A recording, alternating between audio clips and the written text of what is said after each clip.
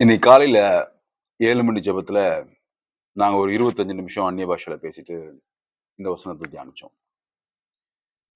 எலியா ஆகாப் ராஜாகிட்ட 1 ராஜாக்கள் 18ஆம் அதிகாரத்துல, "பெரும் மழைக்கான சத்தம் கேட்குது" அப்படின்னு சொல்லிட்டு, இவரு போய் ஜெபம் பண்றாரு.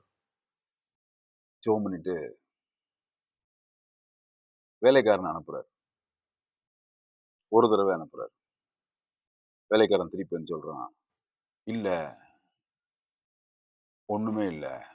2வது தடவ அனுப்புறாரு. "ஒண்ணுமே இல்ல. மழை வரல." 3, 4, 5, 6, 6 தடவ இல்ல சொல்றாங்க. 7வது தடவ கொஞ்சமா கையளவு மேகம்.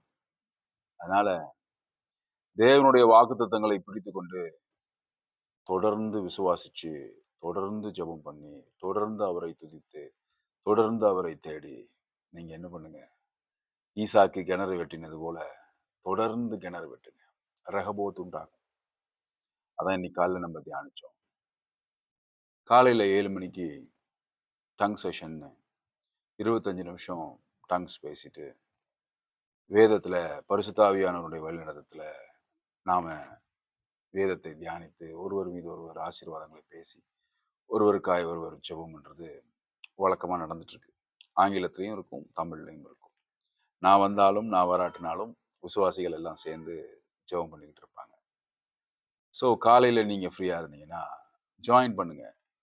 அந்த லிங்க்கு, அந்த Zoom ஐடி, பாஸ்கோட் எல்லா டீட்டெயில்ஸும் WhatsAppலயும் இருக்குது, Instagramல இருக்குது, எல்லா இடத்துலயும் இருக்குது. ஸோ கர்த்தர் நல்லவர்.